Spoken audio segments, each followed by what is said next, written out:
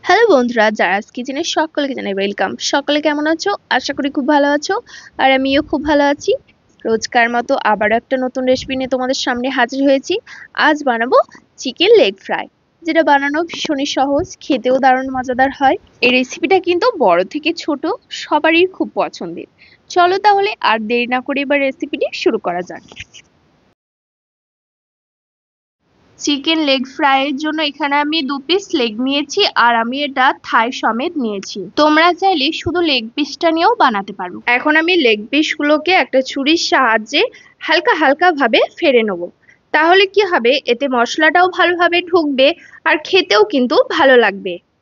দেখো, দুটো leg piece আমি এরকম ভাবে কেটে নিয়েছি। এখন লেগ পিসটাকে ম্যারিনেট করে নেবো। তার জন্য একটা মশলা রেডি করে নিচ্ছি। প্রথমে দিয়ে দিচ্ছি দই, কর্নফ্লাওয়ার, ময়দা, আদা রসুন বাটা, দিয়ে দিচ্ছি গোলমরিচের গুঁড়ো, স্বাদ মতো লবণ, ঝাল লঙ্কার গুঁড়ো, হলুদের গুঁড়ো, জিরে গুঁড়ো, ধনে গুঁড়ো, কালারের জন্য দিয়ে দিলাম কাশ্মীরি লঙ্কার গুঁড়ো, আর দিয়ে দিচ্ছি কাঁচা লঙ্কা ধনে পাতার পেস্ট।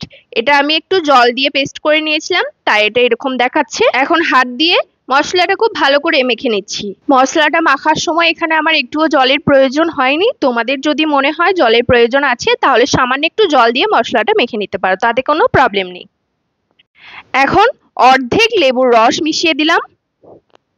দিয়ে লেবুর রসটা দিয়ে মশলার সাথে আবারও খুব ভালোভাবে মিশিয়ে নিচ্ছি। দেখো, লেগ পিসটা ম্যারিনেট করার জন্য মশলাটা কিন্তু আমার রেডি। দিয়ে এবার লেগ পিসের গায়ে মশলাটা হাত দিয়ে খুব ভালোভাবে মেখে নেব। দেখতেই পাচ্ছ, উল্টে পাল্টে খুব সুন্দর করে মেখে নিচ্ছি। মশলাটা মাখানো হয়ে গেছে। এখন অল্প একটু সর্ষের তেল দিয়ে লেগ পিসের গায়ে লাগিয়ে নিচ্ছি। এটা ম্যারিনেট করা হয়ে গেছে।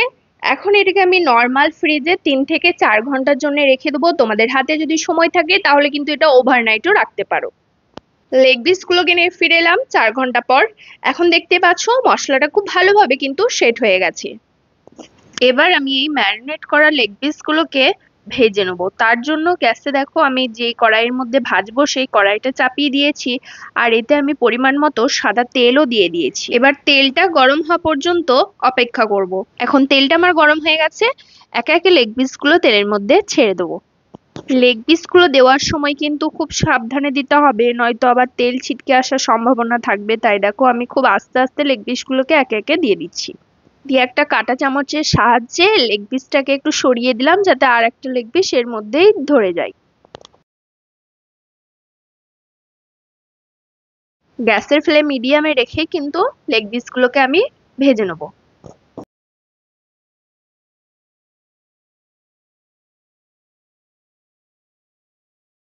দিয়ে এটাকে আমি 2 মিনিটের জন্য ঢেকে দিচ্ছি, যাতে ভাজার সাথে সাথে ভিতরটা ভালোভাবে সেদ্ধ হয়ে যায়। এটা ঢাকনা খুলে আমি এখন এটাকে উল্টে নিচ্ছি কাঁটা চামচের সাহায্যে। আর কাঁটা চামচের সাহায্যে উল্টে নিলে এটা উল্টাতে অনেকটা সুবিধা হয়। লেগ পিসগুলোকে আমি প্রথমে 10 থেকে 12 মিনিটের জন্য উল্টে পাল্টে এরকম ভাবে ভেজে নেব। লেগ পিসগুলো আমার 60% এর মতো ভাজা হয়ে গেছে। এখন এগুলো তেল থেকে তুলে নেব। খুব ধীরে সুস্থে এক এক করে আমি লেগ পিসগুলোকে কিন্তু তুলে নিচ্ছি।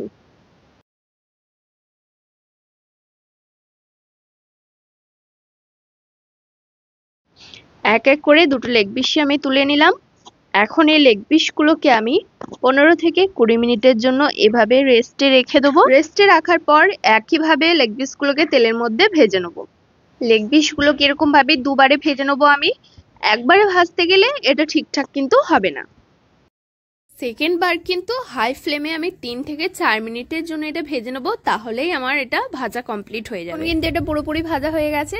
এবার আমি তেল থেকে তুলে নিচ্ছি। এবার গ্যাসের মধ্যে আমি অন্য একটি প্যান বসিয়ে দিয়েছি, আর চিকেন ভাজার তেলটা আমি সেই প্যানের মধ্যে একটু দিয়ে দিলাম, আর 10-12টা রসুনকে কুচিয়ে তেলের মধ্যে দিয়ে দিলাম। দিয়ে রসুনগুলোকে হালকা নেড়েচেড়ে ভেজে নেব। এটা ভাজা হয়ে গেছে। এখন এর মধ্যে দিয়ে দিচ্ছি টমেটো কেচাপ,